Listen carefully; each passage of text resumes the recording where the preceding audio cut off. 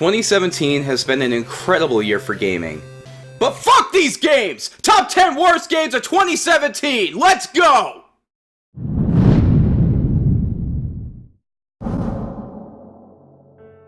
This is the perfect example of needing to fill out a list. The First Tree isn't really an awful game. It even has one of the best stories and some of the best voice acting I've heard all year. So why is it here?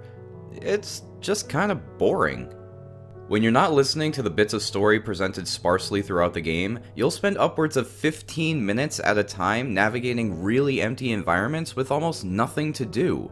It's always a shame when a game does something so incredibly right, but bogs it down with poor design decisions in other areas.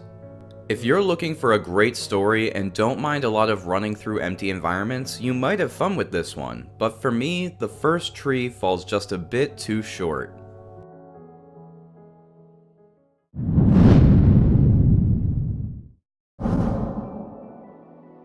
Another game that isn't necessarily bad, but has one major flaw that puts it on the list. Rivals of Aether is a Super Smash Bros. Style fighting game with 2D pixel art and original characters. It's not terrible. The characters are all unique and varied, and while its focus on competitive viability results in a bit of blandness amongst the stages, it could be a genuinely fun game. Unfortunately, the controls bog this game down a lot. Fighting games need to have flawless controls in order to reach their maximum potential. Maybe it's just the controller setup I used or something, but Rivals of Aether had a lot of issues. Misread directional inputs and button presses, even after fiddling with the menus and searching online for answers, results in a fighting game with a lot of potential that's left nearly unplayable, especially if you're trying to play online with lag being a constant issue. If you want to try this game out, I hope it functions for you, because with my setup, it just didn't work out.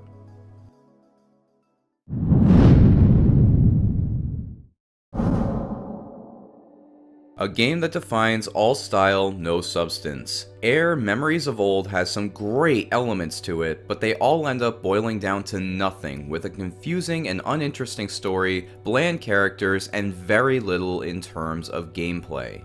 The flying mechanic is fun, but only makes up a small portion of the game and leaves me asking why such a cool idea didn't end up being the focus of the experience.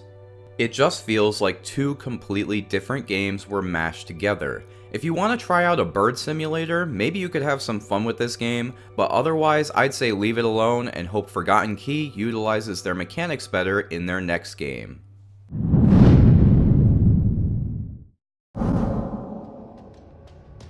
And here comes the salt. PlayerUnknown's Battlegrounds is another mixed game. It brought something new to the table and can be really fun and tense, even going as far as to earn an honorable mention on my best of 2017 list. So why is it here? Because as incredible as the high points are, the low points are even worse. Server issues, bugs, glitches, and the fact that it's completely devoid of any personality or charm make PlayerUnknown's Battlegrounds leave more of a negative impression than a positive one. Not to mention all of that waiting while the circle slowly closes around a building you're hiding out in makes for a really disappointing experience, as a smaller, more dense map would have made for a more tense and fun game.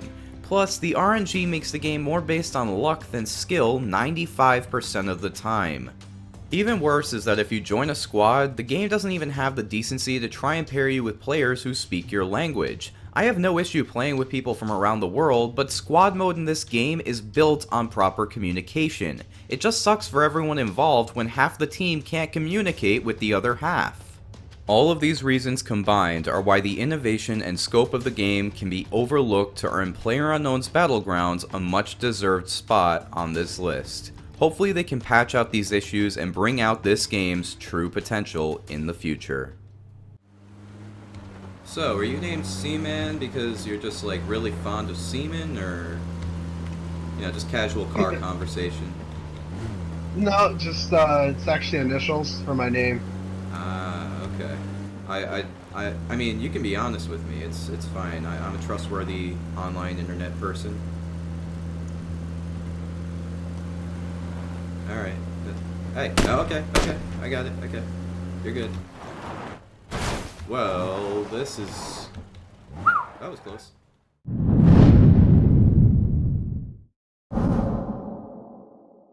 Again, another game with a cool concept but messy execution. Made by the same guys that developed Chivalry Medieval Warfare, this is basically the same game, but with magic taking the focus. And while Chivalry is a fun, if silly melee combat game, Mirage is just uninspired. Slow, clunky combat, little to no feedback for hits and kills, and really ugly aesthetics make this game stand out as positively average.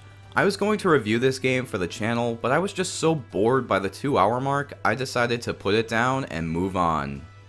If you need any more proof it deserves a spot on this list, try playing online sometime and look at just how many lobbies actually have players in them, or lack thereof.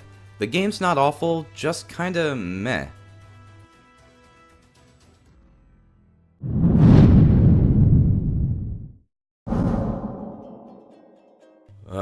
This one hurts to say. Yooka Laylee isn't necessarily a bad game. In fact, I had a lot of fun with it this year. The character designs are great and the graphics aren't terrible, but the worst thing about this game is that it's just crushingly mediocre. It's clear the developers have a love for the old games, but they couldn't quite get their heads around why these games are still so great to this day. Combine that with the awful camera, messy control scheme, mandatory grunting voices, the litany of bugs and glitches, people not getting their game copies on time, delaying the Switch version a full 8 months, and still not having the 64-bit tonic, and you have this year's 5th worst game. I said in my review that I hope they make a sequel, and I do, but if so, they better take all of this criticism to heart. Because not only do Yooka and Laylee deserve a better game, but Banjo-Kazooie deserves a better spiritual successor.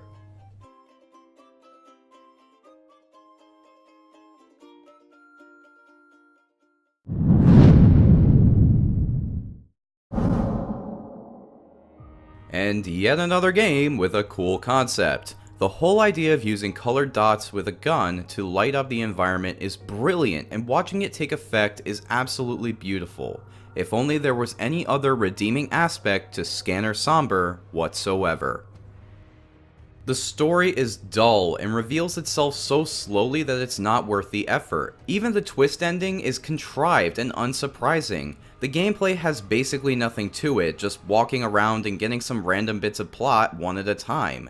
I said in the Indie Spotlight that this game is worth playing if you want to see it in action, and it is, especially with the new VR integration. But as anything other than a tech demo, it's really not worth the time or money.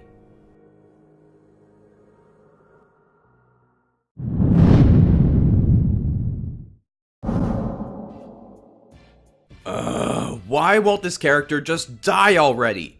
Bubsy, the Woolies Strike Back is a cheap cash grab of a game. A scam. The people who made it clearly just wanted to put in the bare minimum effort needed to be a game with the intention of having streamers and Let's Players give it a shot just to get some free advertising for a buggy and generic game. It's broken, it's annoying, it's everything that shouldn't exist, and on top of that, it's only 1 hour long.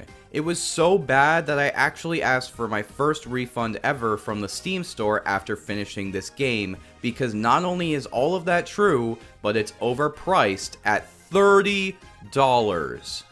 Somehow, someway, I know that there was someone behind this project who actually put effort in. There are just enough positive elements to prove that with the new uses of Bubsy's powers and just how proud it is to be a Bubsy title. But it just isn't enough to save this absolute dumpster fire of a game.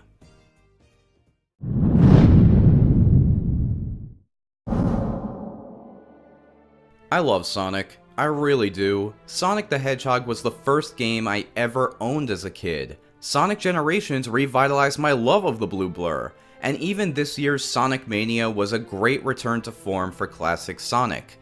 But holy shit, Sonic Forces is awful. If the game just played poorly, it might be lower on the list, but Sonic Team has proven time and time again that they don't care about quality control when it comes to their games, and it's the repeated cash-grabbing, lazy products that give Sonic Forces its spot on this list. Look, it's not as bad as Sonic 06 or Boom, but it does get more insulting with each new entry in the Sonic franchise that treats the fans like idiots who will buy anything with blue spikes attached. Broken controls, a contrived story, and a 3-hour-long campaign make for one of the worst Sonic experiences yet. I'll have my full review for the game out soon, but for now I'll just say I really hope modern Sonic gets his chance to shine again when Sega inevitably decides to make another one.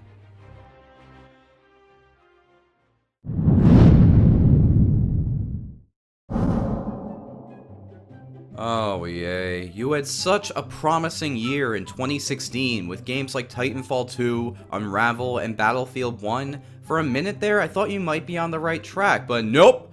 Let's take a look at all their missteps this year. They started off by butchering a beloved franchise with Mass Effect Andromeda, released in a buggy and broken state with gameplay so boring that even a functioning game would have been average at best. Next, they decided to close Visceral, the studio behind the Dead Space games, right as they were in the middle of making what would have probably been an incredible Star Wars game simply because it didn't have multiplayer. Now add to that the releases of Star Wars Battlefront 2 and Need for Speed Payback with their egregious use of loot boxes and microtransactions to coerce customers out of even more money than the $60 they'd already spent, not only for cosmetic purposes, but for in-game rewards that give certain players an advantage over others who don't want to pony up the cash. Their dignity, if they had any, went out the window when the head of the company stated that the reason for the loot boxes was to give players a sense of pride and accomplishment, and that they couldn't do cosmetic loot because it would mess with the Star Wars lore. This absolute shitshow doesn't even seem to be getting better, as it's been reported that UFC 3 is going to have loot boxes capable of unlocking even more powerful jabs and attacks. The situation got so bad that multiple governmental bodies came together to begin looking into how loot boxes relate to gambling and the legalities of the situation. Personally, I have no problem with loot boxes as long as everything can be unlocked at a reasonable rate and the randomized loot doesn't affect gameplay. If Overwatch didn't have duplicates, it would make for the perfect example of loot boxes done in an acceptable way, but EA clearly has no concerns over whether or not their practices are deemed acceptable. With A Way Out, Biomutant, and Anthem coming next year, one can only hope these games aren't subjected to the same greedy practices, but as long as people keep paying for games based on name recognition and empty promises alone, EA will likely continue their manipulation and exploitation of their customers, which is why EA is the worst thing to happen to gaming in 2017. Now that was cathartic. You know, I don't like making these lists. Bad games are bad for everybody. Bad for gamers, bad for developers, bad for the gaming industry as a whole. But I do think it's important that we point out the flaws so that we can learn from our mistakes and move forward as an industry. With all that said, if you want to see the best examples of gaming this year, be sure to check out my list of the top 10 best games of 2017 in the description down below.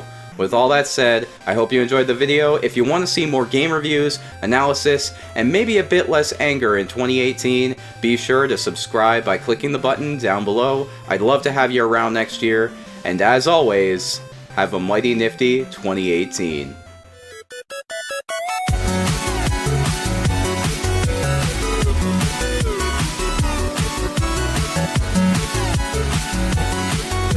It's been an incredible year for gaming. But fuck these games! Oh my god, my voice. Ow. Ow, ow, ow, ow, ow.